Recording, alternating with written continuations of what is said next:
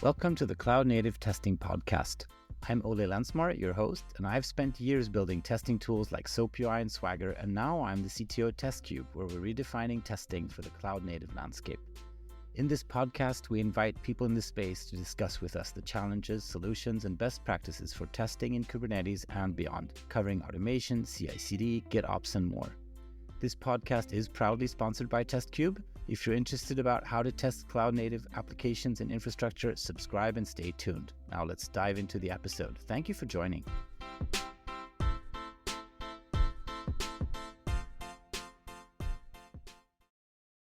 Okay, hello everyone. Welcome to today's episode. I'm so thrilled and happy to be joined by Laurent Pi or P, depending on your background. Laurent and I have been fortunate to be able to work with you at SmartBear. Now I know you're at Packmind doing some amazing stuff there. I'll hand it over to you for an intro and please tell us what you're up to.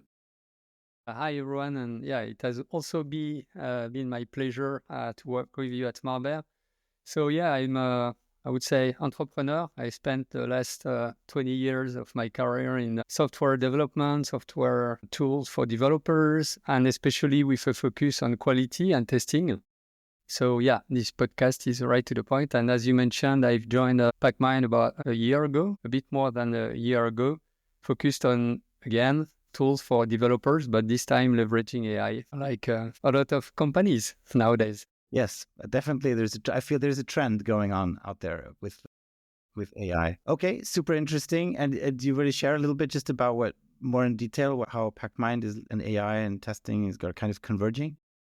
Yeah, so Packmind is the tech lead copilot, and basically we scale tech leads by capturing automatically all the technical decisions that are made and stored. It can be in wikis, where you have coding guidelines. It can be ADRs in your Git repo with architecture decision records. But even more importantly, in code review. So when you do comments in a code review, you share most of the time some technical decisions with the developer and may ask him to rework his part of the code. All this is, you have some level of documentation, but it's never centralized and there is never, it remains documentation. It's not actionable. So Packmind basically captured this and like a linter on steroids, make sure that whenever you write a line of code in the IDE, either you, by the way, or GitHub Copilot, make sure that this line of code and the code that you write adhere to you standards and specific coding guidelines. Okay, so it kind of extrapolates the guidelines and standards from your documentation and your comments and kind of anything you can learn from in your existing code base. Exactly. And the problem, with documentation, especially when it's stored in Notion or Confluence, is no one reads it. And especially if you are new to the team, that's not necessarily the first place where you'll go. So when you are alone facing your IDE and trying to develop something, you're not going to necessarily remind all the hundreds of technical decisions that have been made on purpose. And I'm in my background, I've been a developer, but I would define myself more as a product person, product leader. And a product is the result of thousands of decisions. There are business decisions and trade-offs that you make, but there are also technical decisions. Because we're going to have millions of users, we want to optimize for performance. Or, for example, at SmartBear, I'm running a portfolio of 10 products. We want to optimize for reusability over performance. Reusability, because that's really important to be able to reuse components. For example, BDD, we have 3 products that do BDD. We're not going to redevelop that behavior again and again, all these 3 products. So that's something that's a technical decisions that you make. The problem is we make these decisions over time. We may document them best, but then no one is going to remind them or apply them. So the great thing with AI is we have now the power to capture these decisions, formal or informal, turn them into action. And that's exactly what Packmind does. And the reason why it's, I would say, critical nowadays is because with the use and the rise of Copilot, Cursor, and all these AI coding assistants, not to mention the agents that we may talk about in this podcast, the rate of code creation dramatically accelerates. So you have way more lines of code produced, often with more technical debt. So you start to see bottlenecks in code review. So that's important to help tech leads when they do the code review, to make sure that all these lines of code that have been created by AI or influenced by AI, by human, really align with these hundreds, if not thousands, of technical decisions, and that's where Packmind can help. And that's super interesting. I mean, I think AI, obviously, permutating all parts of software engineering, but specifically when it comes to quality and testing, I mean, where I've heard it most is around generating tests for you, and that can be both. Unit tests, which might be harder, but also like, playwright tests or API tests. You say, hey, can you create a test for me for this open API definition? Or here I have this web app. Could you create like a playwright test for me that tests? I always feel like this could work pretty well, but I'm always a little bit skeptical. How good is it at capturing like edge cases and like unusual behavior? And those kind of things, and maybe it's really good at that. Maybe I'm just ignorant there, and I'm sure it can be a good help. Maybe that's just how to see it. Just as with a coding copilot, test creation copilot, which is, I mean, considering shift left, a lot of tests are code in the end. Yeah. Do you see it similarly, or do you see also people using AI to create tests themselves? Yeah, no, I definitely don't see big difference between test and code. They are the same thing, especially for modern and mature team that were developers' own quality and not a dedicated QA teams. Yeah, they use the same tools. So you will use SOAR, Copilot to create your unit test, and same with the functional test. So, I mean, the same way, when you code, you have to be extremely careful about the suggestions. So yes, it accelerates you, but like a car, when you go faster, you need to have some good reflex and be a good driver, have some experience. We've clearly seen, and that's true for, again, developing a new feature or testing a new feature, issues with code generated by AI, accepted by more junior developers. And I have a kind of scary metrics there, which has been released 2 months ago by Google Dora. They've used a very scientific approach, and they've shown that it's more than a correlation, causation there. But for every 25% increase in AI use, there is a 7.2 decrease in delivery stability. So the more you leverage AI coding assistant and agent to create your test, to create your code, the less stable will be your delivery. So to your point, yes, you have to think about the edge cases. You have to carefully review the suggestions. And when you start to just accept and enter, because it becomes at some point so easy, that's the trap you shouldn't fall into. Yeah, no, it's super. I mean, it's super interesting because you could, I mean, at a high level, you could think that also for testing, I mean, one of the big challenges with testing is like regressions, right? What if I make a change over here and I forget that has an effect somewhere else? And you could potentially think that AI could kind of keep track of those things, changes to a UI, it could automatically detect that and update the tests. But I just feel like spontaneously, maybe I'm just too old. I feel I'm just skeptical and feel like I'm sure, like I'm repeating myself a little bit here, but I'm sure it can help you get the basic scaffolding into place, all the core of the meat of your testing, but you're still going to need some oversight of that. And maybe over time, AI can do that oversight. And maybe that's kind of, I don't know, an AGI thing or whatever is coming further down the line. But at least today, it feels like I wouldn't at least put my entire testing efforts in the hands of an AI agent or anything like that. I would use it as a tool, just I was used as for code. Yeah, so testing is also an interesting topic because they are usually a good tester is someone that has a great critical thinking. And when you think about the skill, the most important skill when using AI is having this critical skill to be able to assess critique, accept or refuse the suggestions, not just accepting everything. And I think testers have the right mindset to be augmented and empowered by it. But yeah, this critical thinking mindset is definitely important. And I would maybe play the contrarian here, but I think in testing, AI will be way better than human at dealing with complex dependencies or a lot of data and patterns. When you think about, for example, you mentioned impact analysis, right? So I've typically updated this part of the code and I'm going to test, and I don't want to test everything. So you will make some trade-off leveraging your own experience, but you don't have all the data or the relationship between the past history of these tests, they fail or pass rate, and the code changes that have been done. Dealing with this massive amount of data, trying to understand the correlations between code changes, critical modules, not critical modules, tests that have failed, but we, for example, said, oh, that's fine, let's deploy. Or again, code change in a critical module, the test failed, and we said, no, we shouldn't deploy. You have multiple stages of decisions that have been made there that are somewhere into the into your database or Jenkins history or test cube. I'm sure you have this data available in your product. Well, I think connecting these dots, AI is really, really great. Good at mining that data, yeah. Yes, exactly. So it's really about what are my strengths as a tester, as a developer, where is the AI really strong, and how can we play together? It's like a tango. But I mean, a tango where you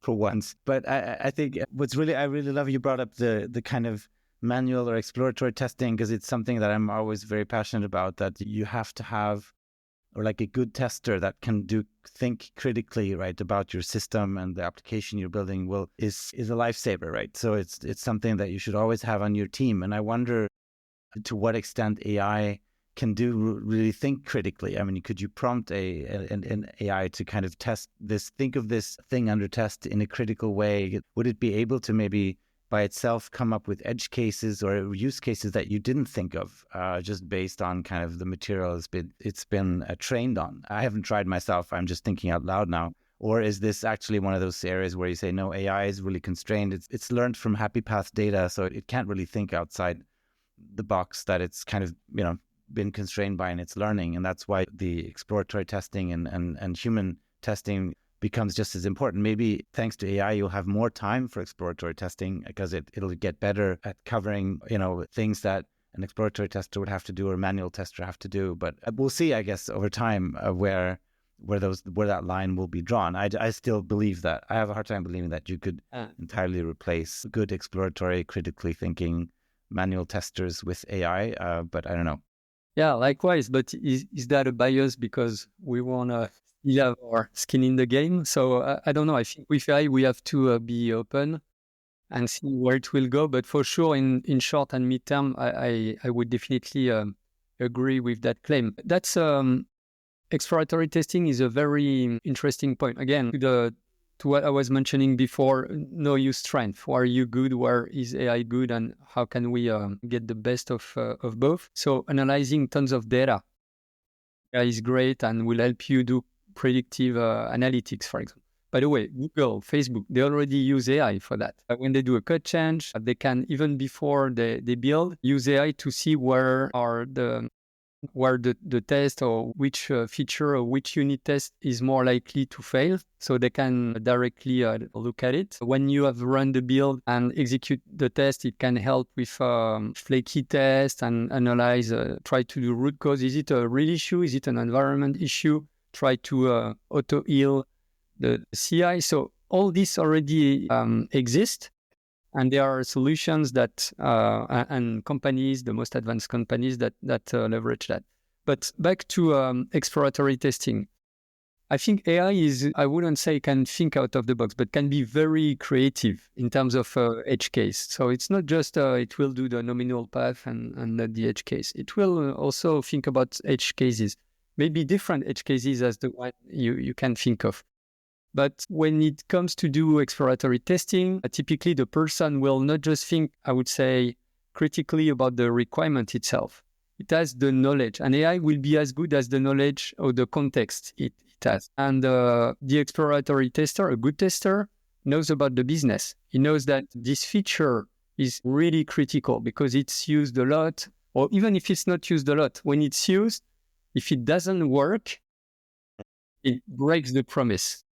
You may have another button feature that is used a lot, but is not that critical, right? The product can still work, function without that specific feature. So he has this knowledge. You could give an AI that knowledge too, couldn't you? I mean, if you give it the context of business priorities and requirements, etc., I'm guessing that even an AI could then use that to think critically. Yes. Round kind of features that need, or think is the wrong word, but generate critically around those things. So maybe it's also if you add not just the application like the visual UI, but if you also feed it, to your point, business requirements, functional requirements, business data, maybe. I mean, I guess will be the interesting to see over time is what data can you feed it to help it be a good tester in the context of this specific idea. Yeah, I know, but that's where we were having this discussion with a customer this morning, saying in order to generate exactly what I want, I had to tweak the prompt for half an hour to give the AI all the context. Well, it would have taken me half an hour to do it anyway. Okay. It'd be better to just do the thing. So I think you have to look at this trade-off where without spending a month giving the AI all the customer feedback, right? You can look at the verbatim from customers. Last time you had the production data, you had the downtime, and here is the impact. It cost the company $1 million because this specific feature was done related to this part of the code. So there are things that as human, all these small signals, the context that we absorb, because we also hear things. There are things that are not in data or in systems. We just had a conversation with a customer. So there are things that are implicit, others explicit, and that's why we navigate as human when we think critically, and then we'll come up with the best strategies for exploratory testing. So I'm not saying in 10 years from now, no one knows exactly where we'll be in 10 years from now, but I don't see AI in short term being able to replace exploratory, but definitely being able to do better with 5 people instead of being with 5 testers instead of 10 testers, augmenting really the best testers. Yeah, I can definitely say that. Yeah, I can also, just relating to kind of our space, like the cloud native testing, I think what people have asked us about is around how can I optimize test execution costs, right? And how can I just run the tests that I need to test, or that I need to run for a specific change? And if you could use AI to analyze, understand the dependencies and the correlations between components and changes and history, it could probably present you a optimized testing plan or test execution plan related to specific changes in your code. Maybe, I don't know, over time it could learn, and that could have an impact on your time to delivery, because you won't be running as many tests, and which both will get things out faster, and then also you'll have lower execute costs related to test execution. So I think that's definitely something that the problem to solve is how to deliver faster and and to lower the cost of test execution. It feels like that's where AI could also help you create like dynamic test plans, and then more tactically for maybe individual tests, decide on how to parallelize or utilize resources best, or provision resources best for a specific type of test based on how that test is run before. So, but those are very kind of operational optimizations where AI can help. They're not really related to the tests themselves. It's more about test execution and finding the best path. Yeah, and in my experience, I mentioned the 20 years in software quality. Either you release every 3 months or 10 times or 100 times a day, testing has always been a pain and a struggle. So optimizing that is definitely critical. The predictive analytics for test planning is definitely something critical, because we always if you release every 3 months, and I had a product, unfortunately, that was releasing every 3 months, it was a pain, big changes, all these long QA phases that you are familiar with, and all this back and forth. We have an issue, we have to fix it, we have to retest everything. Not having this dependency map, really, we were losing days. So because we have a release date, we were chasing days. If you release 10 times a day, that was the case with another of my product, Cucumber for Jira, we are chasing seconds or minutes because you deploy, every commit goes through the CI/CD and goes then to a production. And I remember someone you met, Séverine, was my engineering lead at the time. And I remember when the build, so from the lead time from code commit to production was longer than 10 minutes, she asked all the developers, we stop. We have to fix this. So that's why being able to optimize your pipeline and then having AI is a great help in order to, as you said, be able to understand these correlations and make sure you don't necessarily re-execute all the tests. So that's a product, by the way, I wanted to develop, and I started to develop, but we had to stop at SmartBear, and that was before AI. So there were also some kind of technical challenges or hard problem to crack. But today with Gen AI, I think that's way easier. I would say the biggest problem is I see, and that's where probably you guys are really well positioned, is you need the data. And usually when it comes to testing, data is all over the place. It's fragmented because you have manual test in one tool. You have CI. You use different frameworks, so different test results in different places. So you need that single pane of glass. Back to our previous discussion, in order for AI to have all the context and optimize, not locally, but optimize globally, you need that single pane of glass. You need that data in one place. Especially, I was going to say, I mean, tying back to discussion we had a couple of weeks ago about cloud native deployment pipelines that are just much more fragmented today and often event driven. So it's not like orchestrated by one monolithic pipeline that does the CI and the CD like Jenkins or whatever, but now it's more one tool builds, pushes to a repository, which kicks off an event, which does this and does this. And then, after a couple of async events later, something is deployed, and then you have that going on for a bunch of different components at the same time. So it becomes ultra fragmented. So that makes it, there's not just one place to go. I think this is also one of the challenges, I think, adopting a cloud native just delivery pipelines. But then to your point, having one single pane of glass just to see all these things going on and collecting that data to make informed decisions on testing and anything else is probably one of the challenges that organizations face as they move to a more cloud native or asynchronous software delivery process. Yeah, because definitely things are more fragmented, and today, probably AI is good at helping you make this decision, but tomorrow, probably AI can make the decision itself and learn and adapt, right? So we made this deployment. It was a bad decision. We had to roll back. Okay, I can learn from that. So what are the criteria for saying in this ocean of data that we have, things that have failed, things that have passed? I mean, for complex application, cloud native, complex application, you always deploy despite having a lot of threads, but there are threads that are more important or less important than others. And also learning that is important. So the AI can be good at making also this type of decision at some point and learn and adapt in case of mistake. So yeah, that would definitely that would have been a great help for Séverine.